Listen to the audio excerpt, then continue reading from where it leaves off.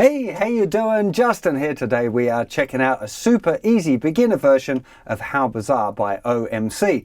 Now the original one uses slightly different chords, but if we have a capo on here at the 3rd fret, we can play the whole tune with only A, D and E chords, and it's the same chord progression for the whole song. So for beginners, it's a really fun one to play along with the original recording.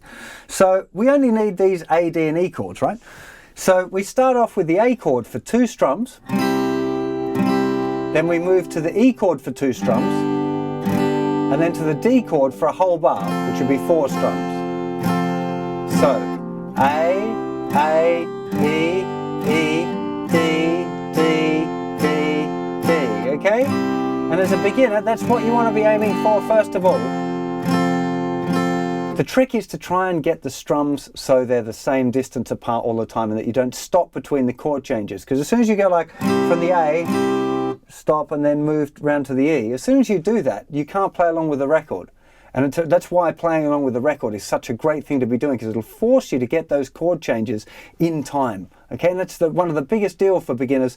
The hard part is changing the chords and being able to force yourself to make those chord changes fast enough to play along with the record. It's really, really good practice. Okay, so just start with that, with the simple all down strums. I'd even recommend seeing if you can play that along with the record before you go trying to take it any further. Okay? Once you've got that and you feel confident with it, then we can start changing up the rhythm a little bit. So a good rhythm pattern to kind of progress to will be going down, down, up, down, down, up, down, down, up, down, down, up, down, down, up, down, down, up, down, down, up, down, down, up, down.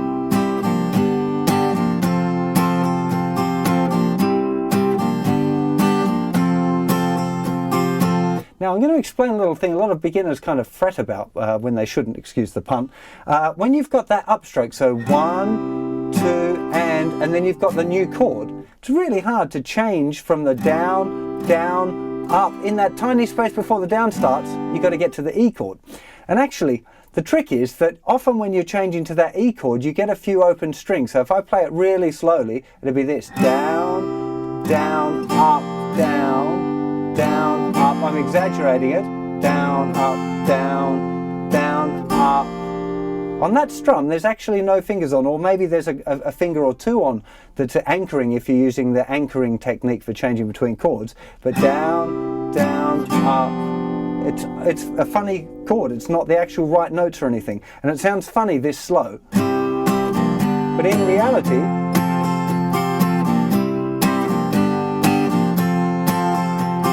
you don't hear it at all. It just sounds normal, even though there's this kind of funny chord while you're making the chord changes. You really don't need to worry about that at all, because that little open string thing, it's just kind of part of it. It happens in real, proper, professional, big hit songs. You know, those extra funny open string notes are there.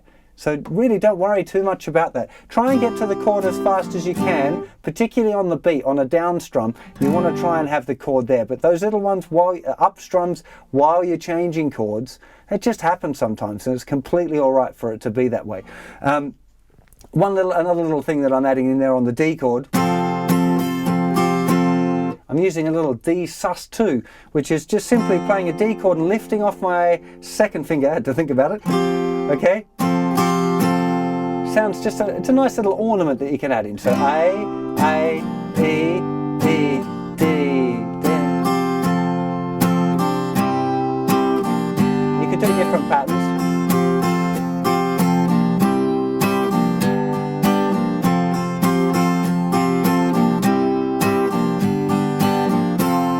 Makes it sound a little bit more interesting once you're used to playing it around. You know, this is a really, really, really great song for playing along with a recording for beginners that only know 3 chords. Also really good for playing at parties too. But here's an interesting little kind of thing, the way the tune grows a bit. Once you're confident with your A, D and your E chord and you've learned a few more, say C, G and F, okay, so this one requires the F chord, which a lot of people struggle with. If you take the capo off, you can now play C, G, F.